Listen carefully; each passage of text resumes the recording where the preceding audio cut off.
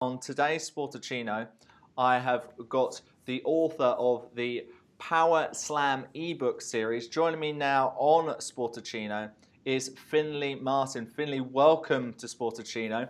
How are you doing this morning? Very well indeed. Thank you for inviting me onto your show. Yeah, it's great to have you today. Let's start with that poll then. Let's continue that conversation. We'll start at the very top of this card. We've got Roman Reigns versus Kevin Owens. Have you enjoyed this feud? I don't really see, there isn't really much of a feud between them. On Raw this week, Kevin Owens came out and actually cut a promo on Seth Rollins, not on Roman Reigns. So really feel like the feud's very lackluster. They haven't really done much to develop this at all. And I will weigh in on the prediction there in this match. There is no way that Kevin Owens is losing the Universal title on Sunday. That's my prediction. Roman Reigns is cold as a character.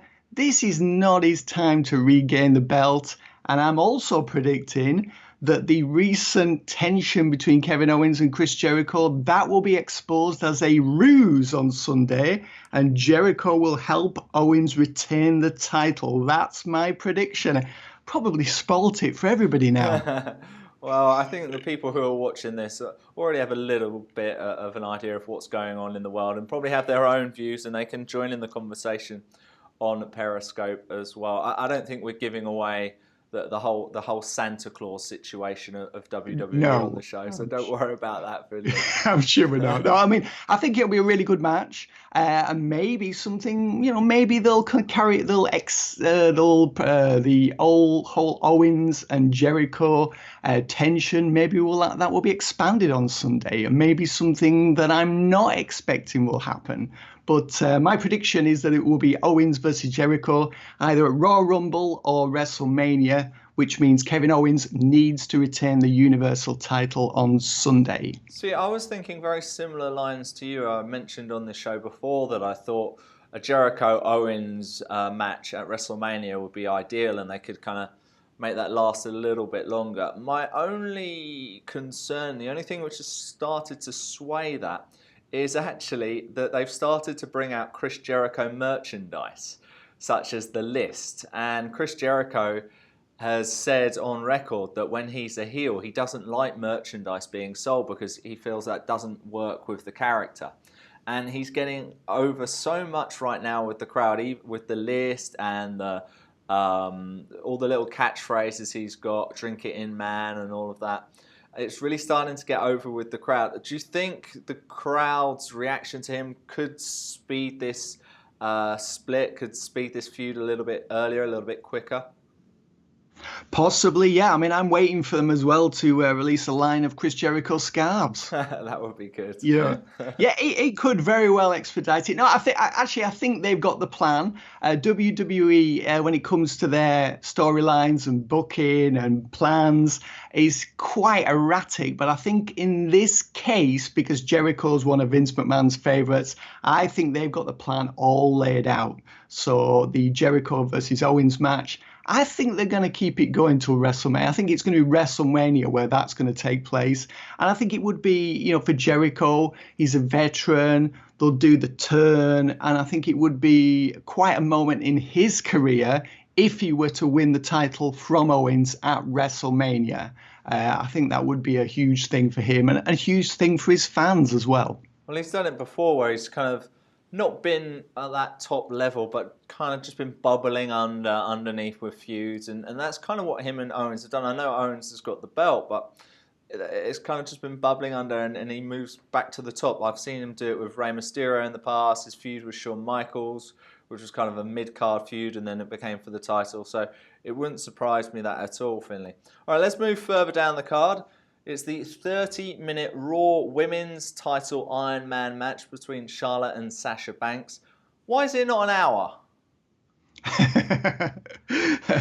I think 30 minutes will be plenty. What I want to know is, why is this feud still happening? Yeah. Isn't Hell in a Cell supposed to be the ultimate feud-ending match? I mean, that's what Hell in a Cell was designed for.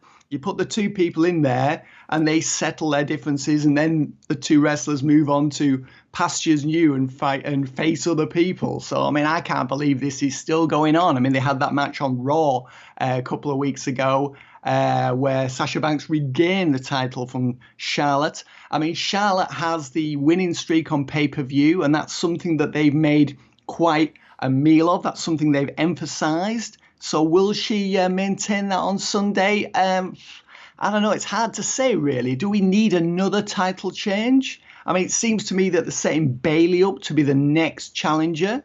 So it would make sense for Bayley to face Charlotte. So I think Charlotte's going to regain the belt. But, I mean, this could go either way. I think 30 minutes will be plenty to answer your original question. Brendan Healy, we can see your messages on Periscope. Thanks for watching the show. Thanks for joining the conversation. Periscope people, let us know your thoughts on this Iron Women's match. I think you're right, Findlay. I wonder how many more matches they could put together.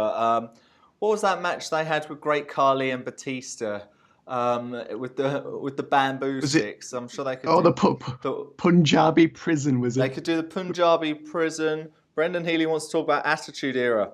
Well, we'll see what he's got to say on the Periscope page. Yeah, the Punjabi prison. Also, what was the one they had with Big Boss Man, where it was like a cage within a cell, and then you had the dog running around? Oh, yeah, the dog kennel from hell. The dog kennel from hell. We could do all those kinds of different matches between Sasha Banks and Charlotte. I think you're right. I was expecting when Sasha Banks lost early in that Survivor Series match, to Natalya, it was just because they were moving away from Sasha Banks and Charlotte, and they were starting to push Bayley against Charlotte. And I actually wondered whether there could be a moment where Sasha Banks could move over to SmackDown, because for me, Charlotte and Sasha Banks are so strong that it would make sense to have one of them on either brand.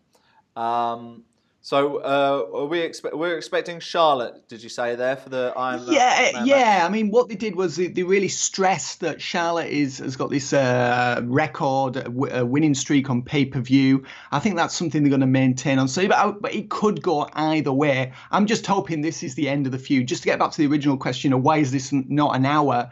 There are not that many wrestlers out there that can wrestle 1 hour matches successfully. And as good as Sasha Banks and Charlotte are, I wouldn't like to see these two wrestle for an hour. I think 30 minutes. I think the first sort of 10 minutes, I hope they give them a lot of falls just to really maintain the crowd's enthusiasm. Otherwise, the first sort of 10, 15 minutes, the atmosphere could be quite muted.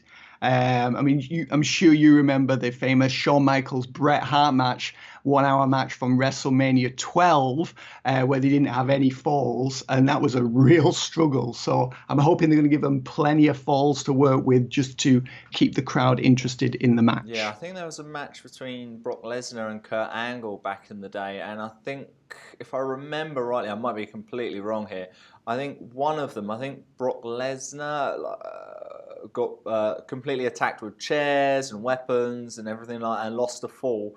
But it just was a really explosive start to the match. I think you're right. If you can get that fall in the first 10 minutes or first 5 minutes, it just makes it a bit more interesting. All right, let's move on a bit. Definitely. WWE Cruiserweight title.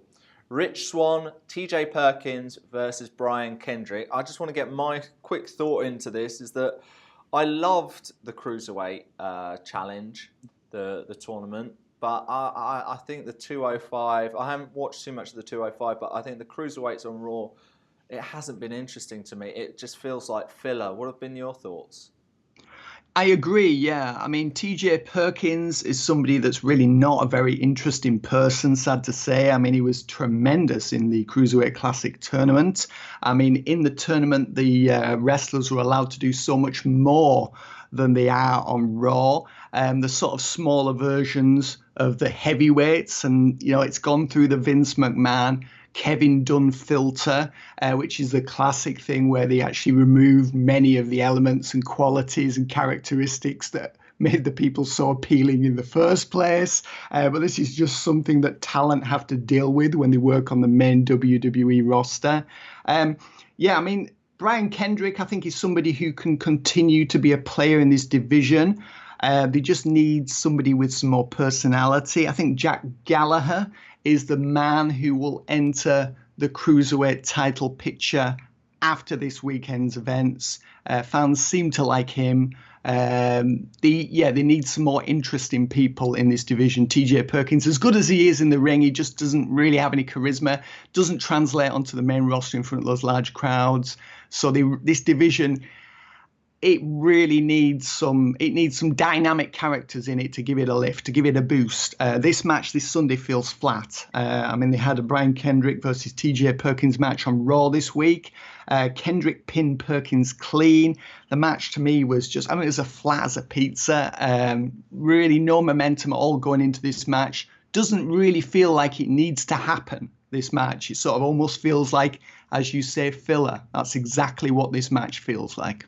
Yeah, I would be interested to see how Jack Gallagher gets on. We've got a question here from Brendan Healy. He was saying that they need to stop all of these written speeches and everything like that.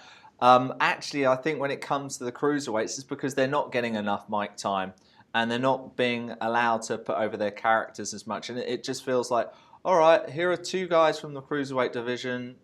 They're in the locker room. Let's stick them out and wrestle. And then they spend all the time putting the ropes up. So you have loads of backstage segments while they put the ropes up. Then they take the ropes down again. Then they put them up again. Then they take them down again. Just use the same ropes. No one cares that they're purple. It doesn't make any sense to me. Rich Ron, TJ Perkins. I hope you're right with Jack Gallagher because I think he's a pretty decent talent. We'll have to see how that goes. All right, the rest of the card, we'll talk a bit more detail about Seth Rollins, Chris Jericho, but the three other matches, you've got Cesaro and Sheamus versus The New Day. You've got a 10 time limit match between Sami Zayn and Braun Strowman, and you've got the kickoff match between Big Cass and Rusev. Are there any of those matches you're particularly looking forward to? I think there's a good chance that Cesaro and Sheamus will end the New Day's tag team championship reign. As everyone knows, New Day broke Demolition's record as the longest reigning tag champs in company history this week. So it really serves no purpose for New Day to remain champs anymore. I think New Day have really become almost like a walking merchandise advertisement now. I don't think they really need the titles anymore. I think it would be nice to see Sheamus and Cesaro become champs. I think they can do a lot with the belts. They seem to be persevering with this act. So I'd like to see those guys become champs. I think the match would be really good.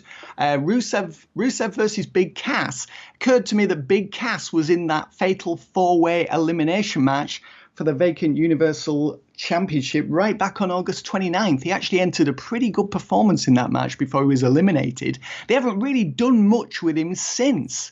In this particular match, Big Cass is he's seeking retribution after Rusev and Lana lured Enzo into Lana's hotel room on the December 5th Raw. And then they, of course, beat Enzo down. Lana wasn't actually interested in Enzo after all. Enzo really looked quite gullible there to fall for that one. And babyfaces are not supposed to look gullible. They're the ones who are supposed to outsmart the babyfaces.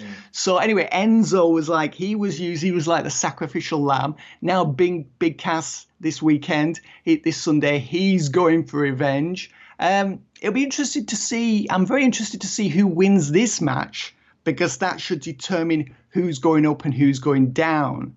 Rusev is a guy that I think has got tremendous potential as a babyface character. I think he can become a huge star. So if he wins this match against Big Cass, maybe this will be the start of something big for him. So those are the two other matches that I'm interested in seeing. Braun Strowman versus Sami Zayn. I'm hoping Sami Zayn lasts the 10 minutes and isn't squashed. If he's squashed, then he should have done that trade and gone over to SmackDown. Not that did you see the angle on Raw this week where Mick Foley was saying, I've spoken to Daniel Bryan, I'm going to trade you for Eva Marie. Anyways, it turned out that was something, a plan that Foley contrived in order to get Sami Zayn enthusiastic, and angry and aggressive for this match against Braun Strowman at Roadblock end of the line. So I'm not really sure where that goes. If Sami Zayn loses this, If he doesn't last the 10 minutes with Braun Strowman, that's not a good sign for his career. So I'm hoping he's going to last the 10 minutes. Yeah, we'll have to see what happens there. I actually found it pretty disrespectful to Eva Marie. However untalented she is in the ring, I was surprised they did that. I was surprised they would bury her quite like that. I agree. Absolutely agree. Yeah, I mean, Eva's somebody that the company was really behind for a while, and then of course she was suspended and then disappeared. So hey, maybe the company's not behind Eva Marie anymore. Maybe you know, when you got someone like that who, albeit she probably looks like she isn't lacking in confidence, it wouldn't surprise me if she is a little bit in her wrestling, and I bet that doesn't really help at all. All right, one final thing before we go, because we nearly ran out of time on the whole Sportuccino. Seth Rollins versus Chris Jericho. To me, this feels like a match which could be on Raw any day of the week. What do you think? I absolutely agree. Yeah, it's a match. Presumably, Seth Rollins will win because he's going to be facing Triple H either at Royal Rumble or WrestleMania. Maybe Kevin Owens will come out, accidentally cause Chris Jericho to lose. So we'll think, oh, Jericho and Owens are definitely at odds.